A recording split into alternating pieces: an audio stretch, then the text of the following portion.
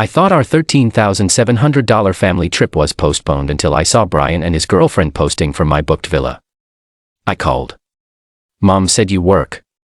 Your brother enjoys life. That's how it is. Brian just smirked beside her. I didn't reply. Instead, my lawyer sent a formal message. No drama, just a quiet shift they didn't see coming. I booked that villa myself. Spent weeks finding the perfect one. Modern kitchen, infinity pool, walking distance to the beach. It was supposed to be a big family trip, the first in years. $13,700 from my account. Because as always, we'll figure it out later meant you'll cover it and we'll smile in the photos. And I did. Because I work. I make enough because I was raised to believe family comes first and being the eldest means taking care of everyone. So when Mom called me 2 weeks before the trip and said we'd have to postpone, Brian's girlfriend has health issues, it's just not the right time, I agreed. Cancelled my PTO. Let the refund window pass. It hurt, but I told myself it was for the best. Then I opened Instagram on a random Tuesday night and saw it. Brian shirtless by the pool I booked. His girlfriend Sasha wearing the beach cover I bought her last Christmas. Same villa. Same dates. Just know me. Life short. Enjoy the sun, the caption read. I stared at the screen for a full minute. My sandwich untouched on the plate beside me. My fingers were shaking when I called. It was past 10, but Mom answered like she'd been expecting it. Oh honey, she said. Let's not start drama. Start drama. My voice cracked. You said the trip was off. It was for you, she said, completely calm. Brian's had a rough year. He deserves this. I heard laughter in the background. Then Brian's voice, smug as ever. Hey, if you work so much you can afford more vacations, right? And that's when Mom said it. You work. Your brother enjoys life. That's how it is. No apology. No guilt. Just acceptance, like it was obvious. Like I was the fool for expecting fairness. I didn't reply. Didn't yell. Didn't argue. Instead, I emailed my lawyer. No drama. Just a quiet shift. I didn't see it coming. The funny thing is, they all used to call me the Rock. The dependable one. The one who never freaked out, who always had a plan, who picked up the slack when everyone else dropped the ball. But rocks crack under pressure, especially when they're being pounded for decades. Let's rewind. Brian has always been the center of the universe. Even as a kid, he was chaos wrapped in charm. Failed 3 grades. He's just not academic. Crashed Mom's car into the neighbor's fence. He's creative, he was distracted by a song idea. Borrowed $5,000 to start a crypto channel that lasted 3 weeks. At least he's trying. I was the try-hard. I fixed the Wi-Fi. Filed Mom's taxes. Helped Sasha, Brian's girlfriend, write a resume.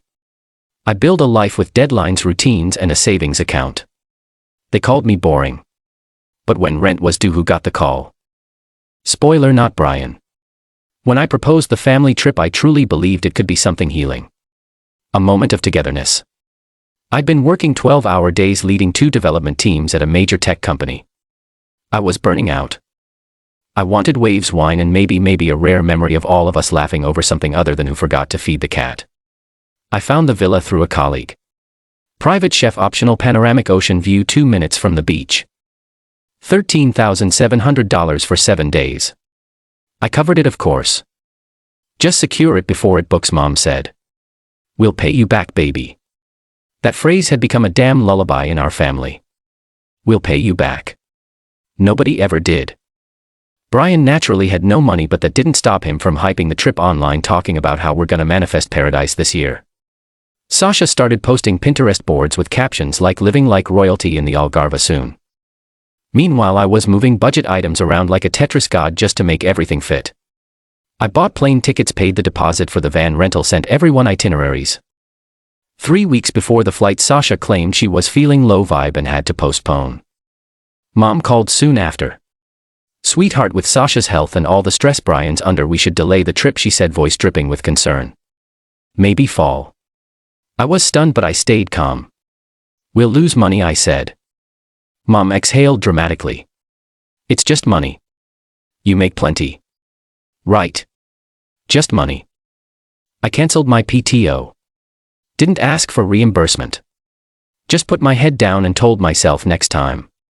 That mythical promised land where Brian would finally get it together and I wouldn't have to keep playing the parent. Then came Tuesday night. That cursed Tuesday. I was working late again when a coworker tagged me in an Instagram story. "Dude, is this your brother?" I clicked the link. It was Brian smiling into the camera holding a tropical drink. Behind him the infinity pool. My pool. The villa. The exact villa. The stone arch, the lemon tree in the corner, the bamboo chairs I picked out from the photos. He panned to Sasha, who blew a kiss to the camera. Vacation mode thanks to the universe and some very generous vibes. Generous vibes? My chest went cold. I scrolled through their profiles.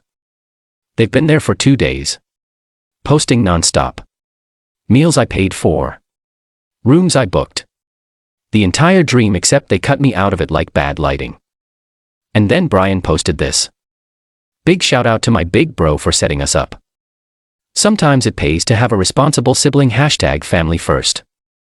The caption felt like a slap, like a smirking confession, like a middle finger dipped in gratitude. I called Mom.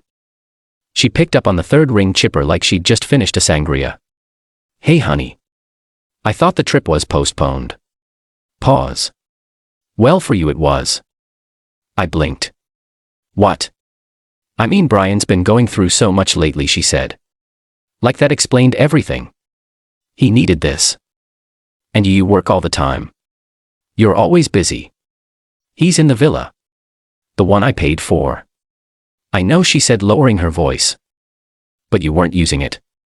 And Brian needed to reset. It's just how it worked out." Then she said it. "You work. Your brother enjoys life. That's how it is." That phrase. It detonated something in me. All those years of be the bigger person. All those birthdays where I sent gifts and got silence.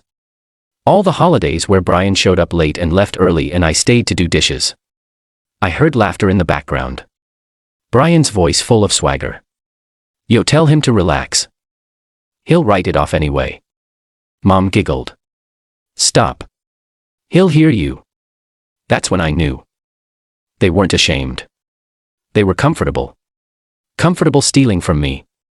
Comfortable mocking me. Comfortable using me as their wallet. I hung up. No screaming. No threats. Just silence. I sat there in the dark for a long time, watching their stories, seeing my hard-earned money become their playground. And then I opened my laptop, searched for every receipt, every invoice, cross-referenced payment confirmation, screenshotted texts, emails, even Sasha's DM where she asked if I could spot her ticket because she was waiting on a PayPal deposit. I compiled a full PDF, dates, names, amounts, and then I sent one email. Subject line: unauthorized use of funds, immediate action required, to my lawyer because I was done being the rock. I was the shift they never expected. The silence after sending that email was surgical.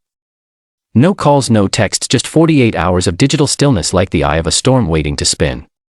Then the detonator clicked. It started with a group text from Mom titled "Family Time," like this was some Sunday brunch invitation and not a 3-person financial betrayal. "MOM, can we please talk before things go too far? You're being very dramatic and hurtful." It was supposed to be a vacation, not a lawsuit. Vacation. Is that what we're calling fraud now? I didn't respond. 5 minutes later Brian chimed in. "Brian bro, come on. You always take things so personally. It's not like we trashed the place." I stared at the screen like it owed me an apology. Trashed the place? He was in my villa eating my food, drinking my wine that I had ordered in advance for myself. He didn't even say sorry. Instead he sent a selfie with the caption "Sending good vibes. Let's not ruin the family bond over receipts." That's when I knew he didn't think I had the guts to follow through. He still saw me as the guy who picked up the check, the fixer, the cleanup crew. So I took a breath and posted my own message. Not in the family chat on Facebook where every aunt, cousin, and coworker could see. To those wondering why I'm not on the Portugal trip I planned and paid for, ask my brother and mom. Apparently working hard means you get to fund other people's vacations while they block you from the group chat. Full story coming soon. The silence shattered. I got 3 private messages from cousins I hadn't spoken to in years.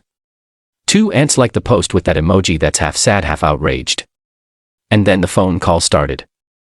First mom, then mom again, then Brian. I let them ring. Then my lawyer called. Hi. Just spoke to their family attorney. He says they're willing to pay a reasonable portion if we agree not to pursue fraud. I laughed. Not because it was funny, because it was desperate. Tell him I'll take nothing less than full reimbursement plus damages, and I want it in writing. Will do. Then I texted Brian directly. You smirked on camera while standing in a villa you stole. I hope the likes were worth it, because I'm not the one who'll be losing sleep when the notice hits your credit report. He didn't reply. 2 hours later, Sasha did. She'd met me on Instagram. I didn't know it was that serious. I thought you were chill. Brian said you were fine with it. I'm really sorry if it got messy. She attached a bikini photo with that. No joke. Like cleavage and an apology could zero out $13,700 in stolen trust. I didn't reply to her either. Instead, I escalated. My lawyer issued a cease and desist for public defamation in case they decided to spin the story. I emailed the villa manager and sent proof that my card was used without permission. They froze the deposit return. And then I got on a call with my HR department. Hi, I said. I need to take some personal days next month. Thinking of finally using that credit with our legal partner services. Because this wasn't just about a vacation anymore. It was about years, decades of being seen as less human, more wallet. The next morning my doorbell rang. I opened it to find Mom standing there with Brian behind her, arms crossed.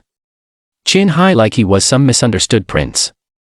We need to talk, she said, walking past me like she still owned the place. I didn't stop her. Brian followed, tossing his keys onto my table like we weren't in the middle of a financial ambush. Mom turned, hands clasped like this was some Lifetime family drama. This has gone too far, she said. Lawyers. Public posts. You embarrassed us. You robbed me. Her eyes widened like she'd been slapped. We used the villa. We didn't rob you. You told me the trip was cancelled. Then flew there and laughed about it on Instagram. It wasn't meant to hurt you, she said, raising her voice. Brian was depressed. Sasha's had a hard year. They needed joy. I stared at her. At my expense, Brian finally spoke. You always act like you're better than everyone just because you have money. I stepped toward him. I don't act like I'm better. I am better because I don't steal from my own family. He scoffed. You're blowing this up for clout. You want people to feel sorry for you. Is that what you think? I leaned in. You think I care about pity?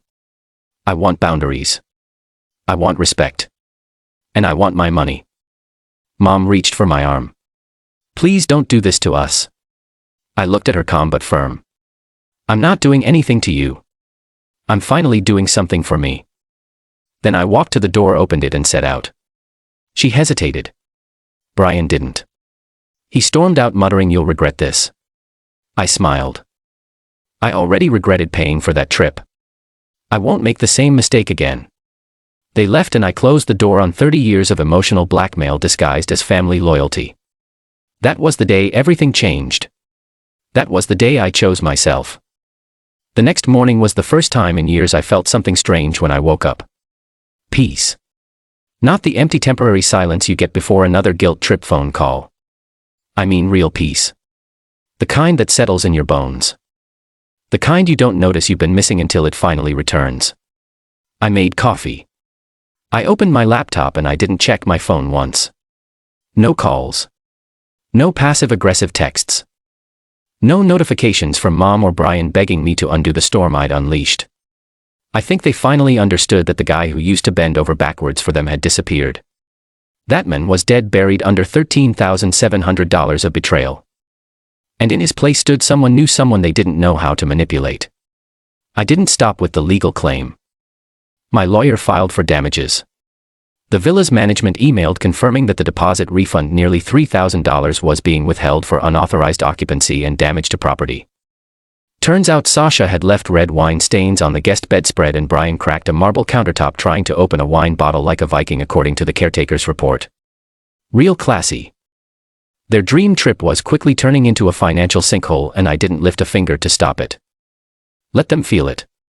For the first time, they were getting a taste of what it's like to clean up their own mess. Meanwhile, I started living. I booked a solo trip to Iceland.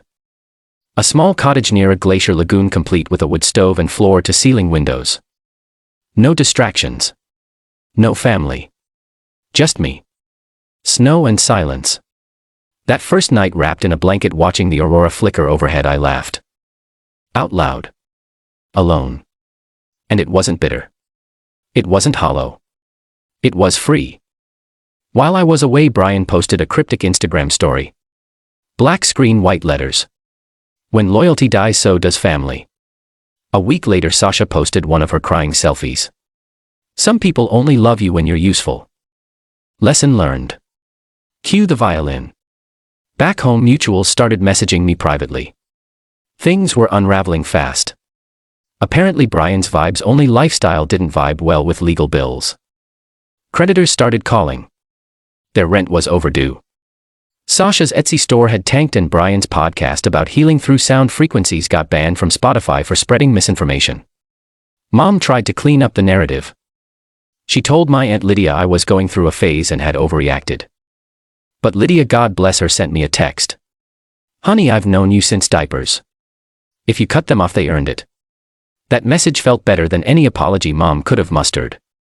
But the real twist. 3 weeks later, I got a letter in actual envelope, handwritten, from Dad. We hadn't spoken in years. He'd been mostly a ghost since the divorce. But inside was one line. I heard what they did. Proud of you for finally standing up. Don't let them reel you back in. And a check for $13,700. I didn't cash it. I didn't need the money anymore. But I kept the letter.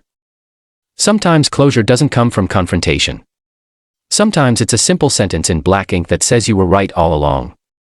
As for Brian, last I heard, he moved back in with Mom. She sold a few family heirlooms to stay afloat and started a GoFundMe for his mental health recovery.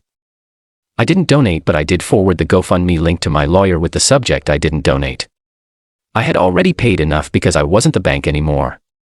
I wasn't the fallback plan. I wasn't their punching bag with a paycheck.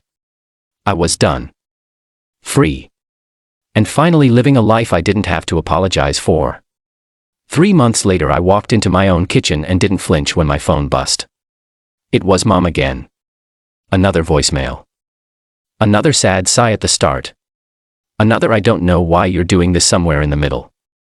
Another desperate attempt to make my boundaries sound like her heartbreak. Delete. No hesitation. I wasn't interested in her emotional theater anymore, not when I'd seen the receipts for what her love really cost. I sat down with my coffee, watching the steam curl toward the morning sun, and I realized I hadn't felt this calm in decades. Not since I was a kid, staying up past bedtime with a flashlight under the blankets, building dreams no one else bothered to ask about. Dreams they called too much or selfish. Dreams I buried under guilt and obligation. But now I wasn't buried anymore. I was breathing, living, unbothered. It didn't happen overnight, of course. The first few weeks were messy, quiet, confusing. I kept waiting for the guilt to come roaring back, for that old gnawing need to be the fixer. But guilt only thrives when you still want approval. And I didn't. Not from people who saw me as a transaction, not a person, not from a brother who smiled in my face while stealing my future. Not from a mother who shrugged betrayal off with a wine glass and a beach view. So I let it go. All of it. And in its place I built something new. I started drawing again, something I hadn't done since college. I posted sketches on a small account. No real plan, no audience, just art. And wouldn't you know, a few weeks in, a local gallery messaged me. They offered to feature my work in a fall collection, Boundaries and Betrayals. I said yes. Because for once I was telling my story on my terms. No edits. No gaslighting. No fake smiles.